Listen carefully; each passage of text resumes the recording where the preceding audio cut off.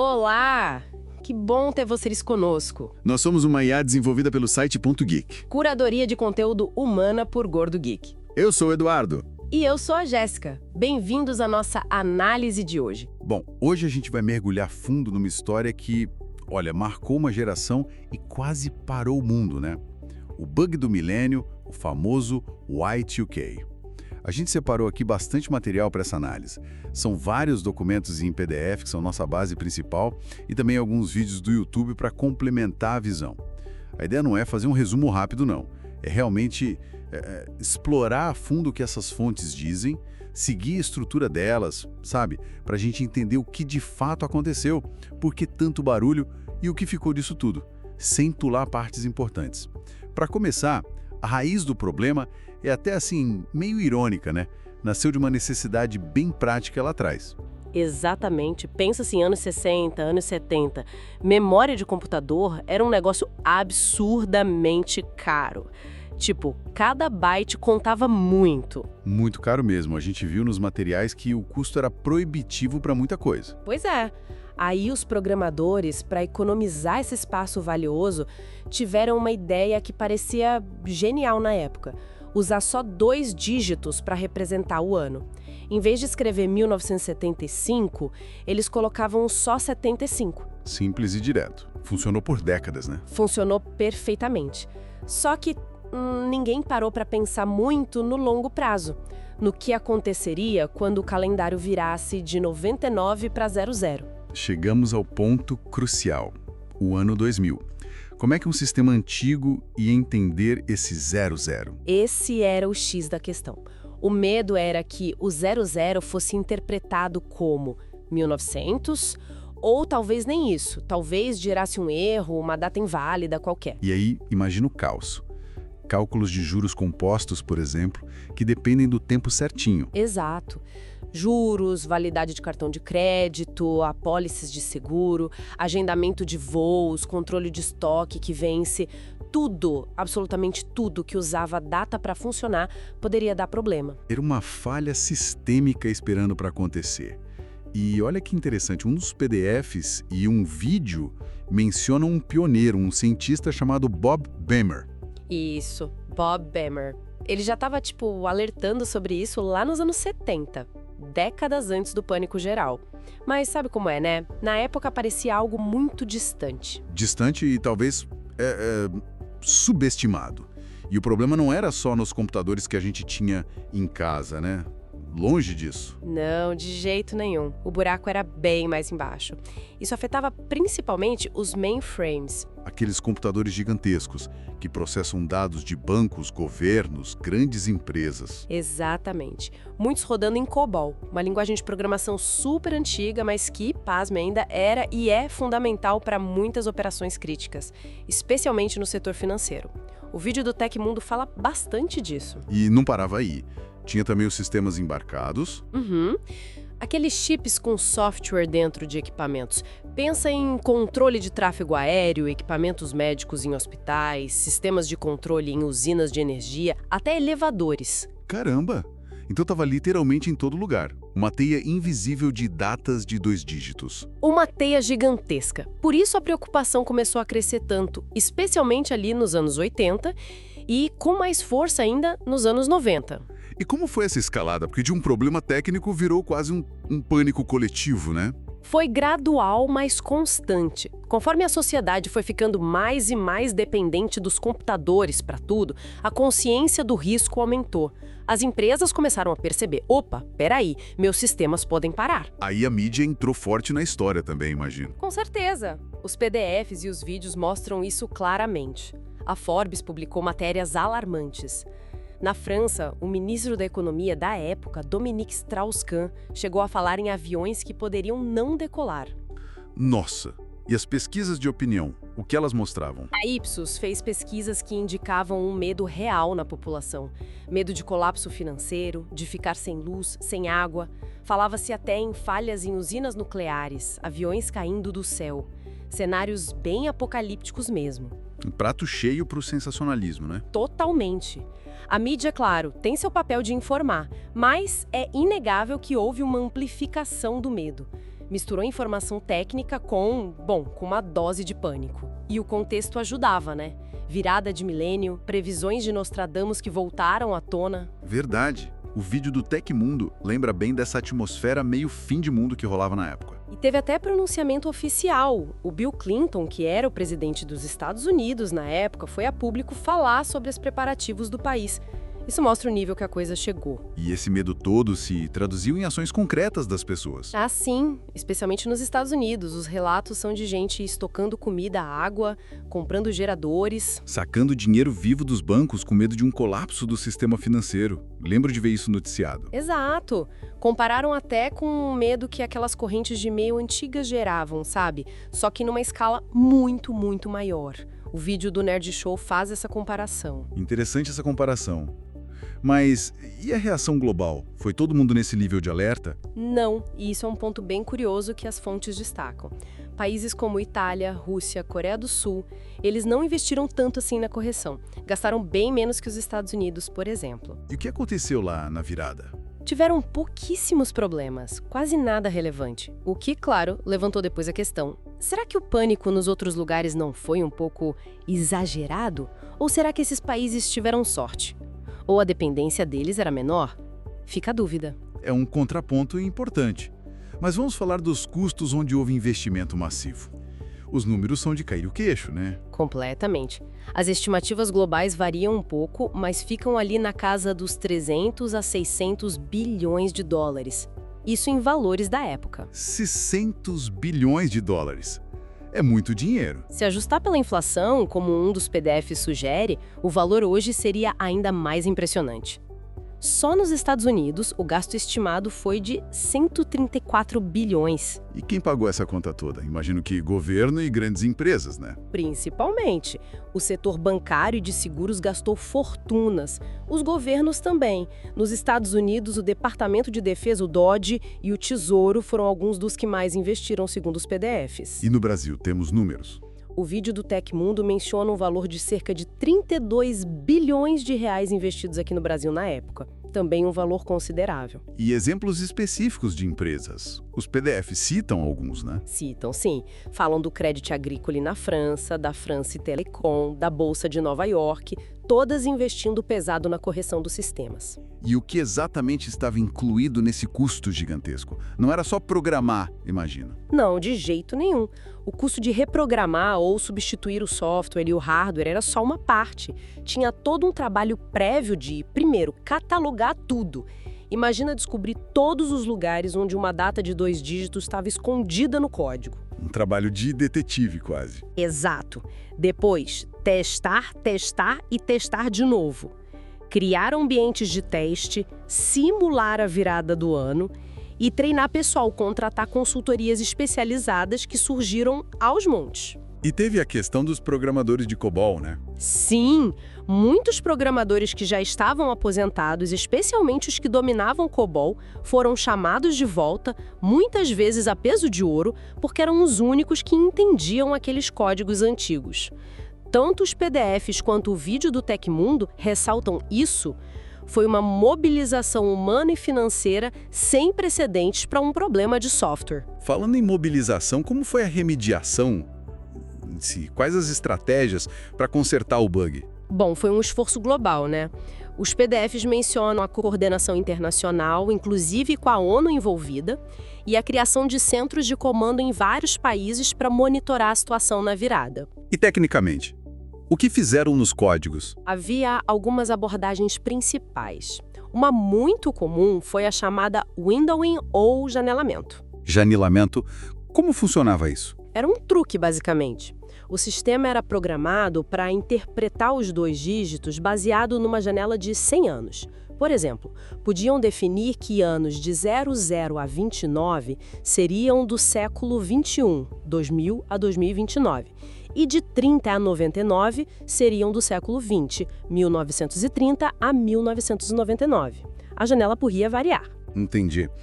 Uma gambiarra inteligente, digamos assim. É uma solução pragmática para não ter que reescrever tudo. Um PDF cita o caso da empresa Espiral Informática aqui no Brasil, que usou essa técnica. Outra abordagem era a expansão do campo da data mesmo, mudar de 2 para 4 dígitos. Que seria a solução ideal, mas imagino que mais cara e demorado. Exatamente. Em muitos casos, aproveitaram para substituir sistemas muito antigos por completo, já fazendo a coisa certa. E teve a Apple, que tinha uma abordagem diferente desde o início nos seus sistemas, usando uma contagem contínua de segundos desde uma database, o que evitava o problema do Y2K. O Tecmundo menciona isso. Interessante. E a mobilização humana para fazer tudo isso acontecer, além dos programadores de COBOL? Foi gigantesca. Consultorias especializadas em Y2K surgiram e faturaram alto. Empresas montaram verdadeiras forças-tarefas. Os testes eram rigorosíssimos, porque uma falha podia ser catastrófica. Lembro até de comerciais na TV sobre isso. O Tecmundo e o Nerd Show mencionam um da CD Expert vendendo o Norton 2000, um software que supostamente verificava seu PC. Sim, virou um produto, uma indústria em torno do medo e da solução do Y2K. Chegamos então à grande noite, a virada de 31 de dezembro de 1999 para 1º de janeiro de 2000. O mundo prendeu a respiração. E aí, o que aconteceu de verdade? Bom, para surpresa de muitos e alívio de todos, quase nada. O mundo respirou aliviado. A realidade foi incrivelmente mais calma do que os cenários mais pessimistas previam. Então o apocalipse digital não veio. Não veio. Houve incidentes? Sim, houve. Mas foram poucos, localizados e, na maioria dos casos, corrigidos rapidamente. Nada que se comparasse ao colapso sistêmico que se temia. Que tipo de incidentes foram registrados? As fontes detalham alguns? Detalham sim. Os PDFs e vídeos mencionam, por exemplo, pequenas falhas em monitores de radiação em usinas nucleares no Japão, mas sem risco real.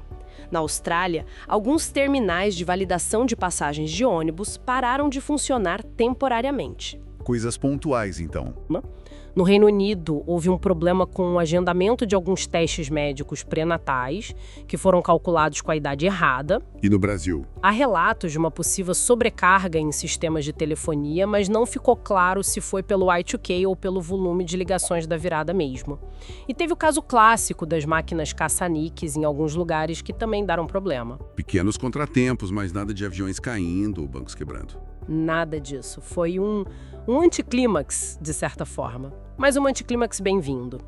É curioso que um dos PDFs menciona problemas que surgiram bem depois, ligados a sistemas que não foram corrigidos direito, como parquímetros em Nova York que falharam em 2020 por causa de um bug relacionado ao Y2K. Sério? 20 anos depois? Sim. E o vídeo do Tecmundo lembra do bug do PlayStation 3 em 2010, que também tinha a ver com a forma como o sistema interno lidava com datas e anos bissextos. Um primo distante do Y2K mostra como esses problemas de data podem persistir. Então, a grande pergunta que fica é: todo aquele esforço, todo aquele dinheiro, foi um exagero?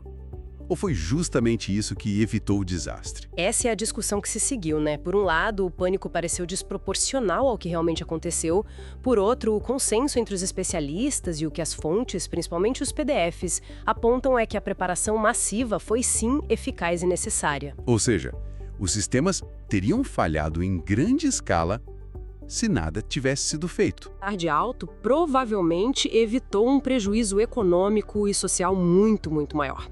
A consultoria IDC, por exemplo, que inicialmente previu danos enormes, depois reduziu drasticamente suas estimativas justamente por causa do sucesso das correções. Faz sentido. Prevenir foi melhor do que remediar nesse caso. E qual foi o legado que o Y2K deixou pra gente? Além da conta bancária mais magra para muita gente? Deixou legados importantes sim. Um deles, meio que um efeito colateral positivo, foi uma grande modernização tecnológica. Muitas empresas e órgãos de governo aproveitaram um embalo para trocar sistemas velhos por novos, o que talvez não fizessem tão cedo de outra forma. Uma atualização forçada, digamos. Exato. Outro ponto foi a valorização da área de tecnologia dentro das organizações.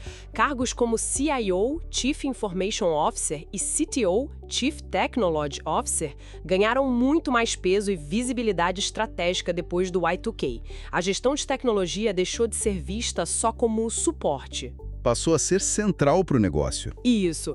E claro, surgiu toda uma indústria de consultoria especializada em Y2K, que depois se adaptou para outras áreas de risco tecnológico. E talvez o mais importante, ficou uma consciência muito maior da nossa vulnerabilidade digital.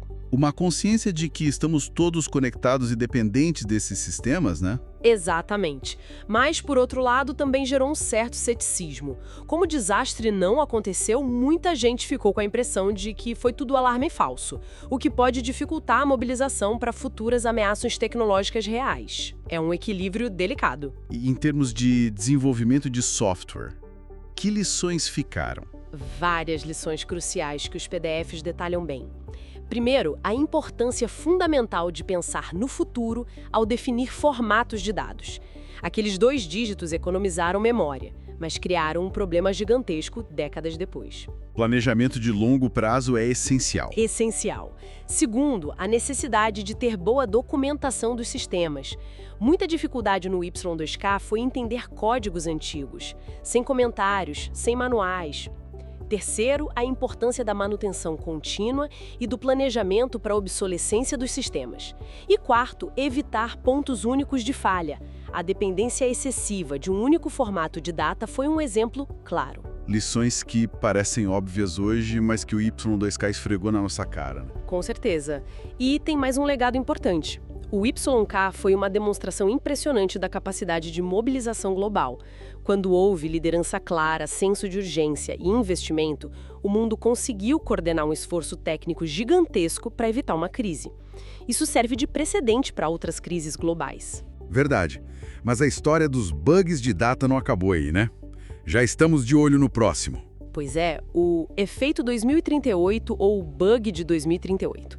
Várias fontes, incluindo o Nerd Show e um dos PDFs, mencionam isso.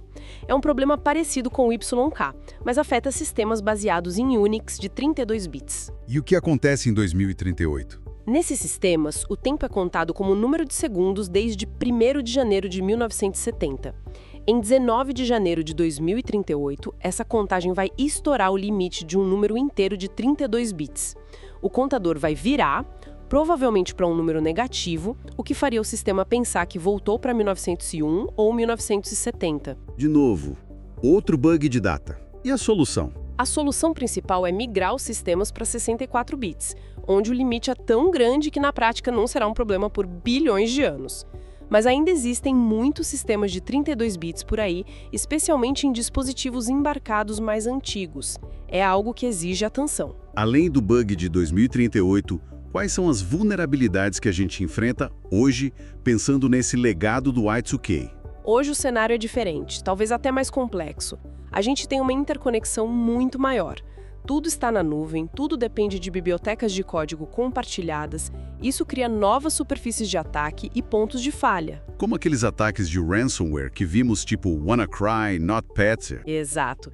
E ataques à cadeia de suprimentos de software, como o caso da SolarWinds. São vulnerabilidades que exploram essa complexidade e interconexão que não existiam na mesma escala na época do Y2K. Um dos PDFs discute bem essas novas ameaças. E tem uma lição do Y2K que talvez não tenha sido totalmente aprendida, segundo um dos PDFs, a questão da responsabilidade. Sim, a questão da responsabilidade legal por falhas de software. Na época do Y2K, discutiu-se muito se software deveria ser tratado como um produto, sujeito a leis de garantia e responsabilidade por defeito, ou como um serviço, com menos obrigações legais. E como ficou isso? A tendência ainda é tratar mais como serviço, o que muitas vezes isenta os desenvolvedores de grandes responsabilidades por bugs ou falhas de segurança. O PDF argumenta que essa falta de responsabilização clara é uma lição do Y2K que ainda não foi totalmente absorvida e que pode contribuir para problemas futuros. É um ponto importante para reflexão. Então, para a gente ir amarrando as pontas, qual seria a mensagem central que fica dessa análise toda das fontes sobre o bug do milênio? Olha, eu acho que a mensagem principal que ecoa em todos os materiais é que o Y2K foi sim um teste de estresse gigantesco para nossa infraestrutura digital ainda em formação. Ele revelou de forma muito clara a nossa crescente dependência da tecnologia e as fragilidades que estávamos construindo sem perceber. Mas, ao mesmo tempo, mostrou uma capacidade incrível de resposta. Mostrou que, com planejamento, investimento pesado, colaboração internacional e um senso de urgência, a gente consegue sim prevenir catástrofes tecnológicas anunciadas. Não foi um alarme falso, foi um alarme que foi ouvido e atendido a tempo. E as lições que a gente tirou dali sobre como desenvolver software, como gerenciar riscos tecnológicos, a importância de pensar no longo prazo? Essas lições são absolutamente cruciais hoje. Talvez até mais do que na época, porque nossa dependência da tecnologia só aumentou exponencialmente. A complexidade dos sistemas é muito maior. Então, tudo aquilo que o Y2K nos ensinou sobre cuidado no desenvolvimento, sobre documentação, sobre testes, sobre planejamento, continua sendo essencial para navegar essa nossa era digital cada vez mais interconectada e, por que não dizer, vulnerável. Perfeito. Acho que conseguimos cobrir bem os pontos levantados nas fontes, desde a origem técnica até as consequências e o legado duradouro do Y2K. Uma história complexa com muitas camadas. Sem dúvida. Um capítulo fundamental na história da tecnologia. Esperamos que essa nossa discussão detalhada tenha sido útil e, claro, interessante para quem nos ouve. E se você gostou, não esquece, deixa seu comentário, curte, compartilha com os amigos. Isso ajuda muito a gente a continuar trazendo essas informações e análises. É isso aí. Muito obrigado pela companhia e até a próxima. Tchau!